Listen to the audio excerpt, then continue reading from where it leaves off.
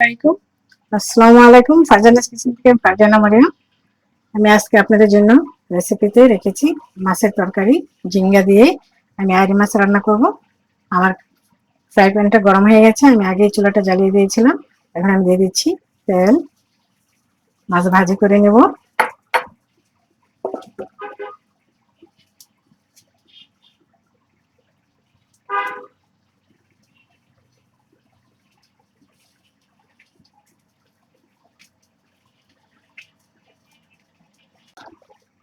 তেল আমার গরম হয়ে গেছে, এখন আমি এভাবে এক এক করে মাছগুলি দিয়ে দিব। আইড় মাছ হালকা ভেজে নেব, ভেজে আমি রান্না করব।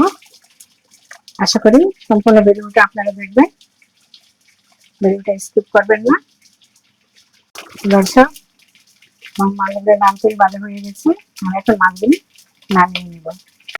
দর্শক, আমার প্যানটা গরম হয়ে গেছে, আমি এখন দিয়ে দিচ্ছি তেল।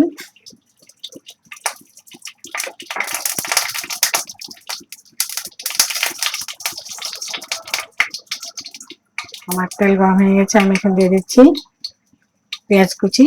দুটা পেঁয়াজ কুচি আনছি। এখন আমি দিয়ে দিব আদা রসুন পেস্ট। তাহলে ঝিঙ্গার তরকারি বেশি দেওয়া যাবে না। পেঁয়াজটা দিয়ে দিলাম। আমি এখন দিয়ে দিচ্ছি একটু পানি, পেঁয়াজটা পড়ে না যায়। আমি পেঁয়াজটা ভালো করে কষিয়ে নিব।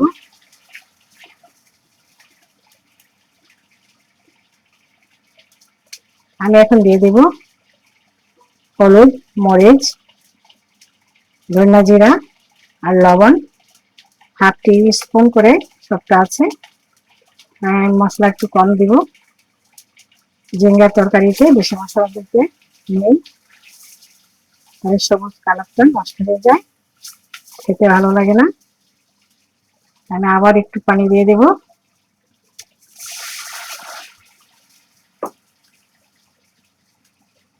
পানি দিয়ে আমি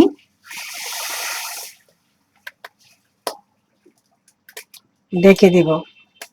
আমার পেঁয়াজ কষানো হয়ে গেছে, আমি এখন দিয়ে দিচ্ছি কেটে রাখা এবং দিয়ে রেখেছি ঝিঙ্গা। আমি আজকে ঝিঙ্গে দিয়ে মাছটা রান্না করবো।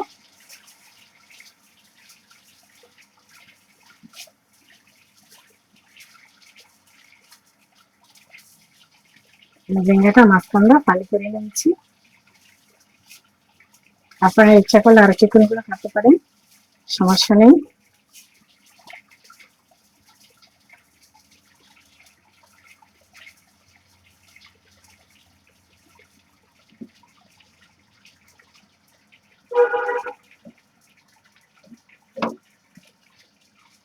আমি এখন একটু ঢেকে দেব। দর্শক, আমার ঝিঙ্গা কষানো হয়ে গেছে, এখন কালারটাও খুব সুন্দর আছে।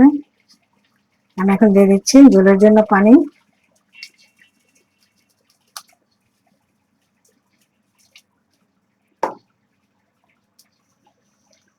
আমি হাফ মগ পানি দিয়ে দিলাম, কারণ ঝিঙ্গাতে পানি থাকে।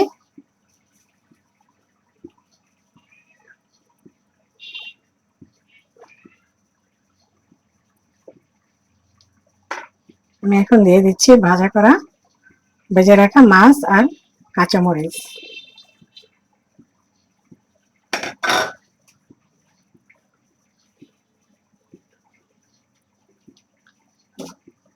আমি এখন ঢেকে দেব। রান্নাটা হইলে আমি অবশ্যই আপনাদের দেখাবো, আপনারা আমার সাথেই থাকবেন। এখনো রান্না কমপ্লিট হয়নি। দর্শক, আমার তরকারিটা প্রায় হয়ে গেছে, আমি এখন দিয়ে দিচ্ছি ধনিয়া পাতা।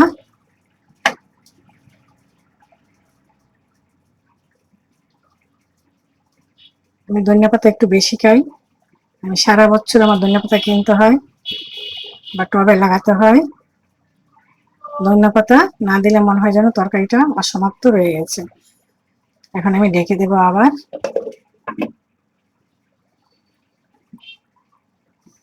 একটু হাই ফ্লেমে 1 মিনিটের মতো আমি রান্না করব, তারপরে চুলাটা বন্ধ করে দেব এবং পরিবেশন করে আমি আপনাদেরকে দেখাবো। দর্শক, ঝিঙে দিয়ে আড়ি মাছ আমার রান্না হয়ে গেছে। রান্নাটা কেমন হয়েছে অবশ্যই আপনারা কমেন্টস করে জানাবেন। যদি ভালো লেগে থাকে তাহলে আমাকে লাইক সাপোর্ট করবেন, লাইক দিবেন, শেয়ার করে রাখবেন।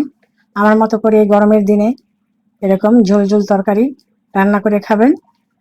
আর আশা করি আপনাদের ভালো লাগবে।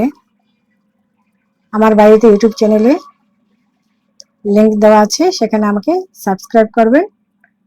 সবাই ভালো থাকবেন, সুস্থ থাকবেন এই কামনা করে বিদায় নিলাম। আল্লাহ হাফেজ।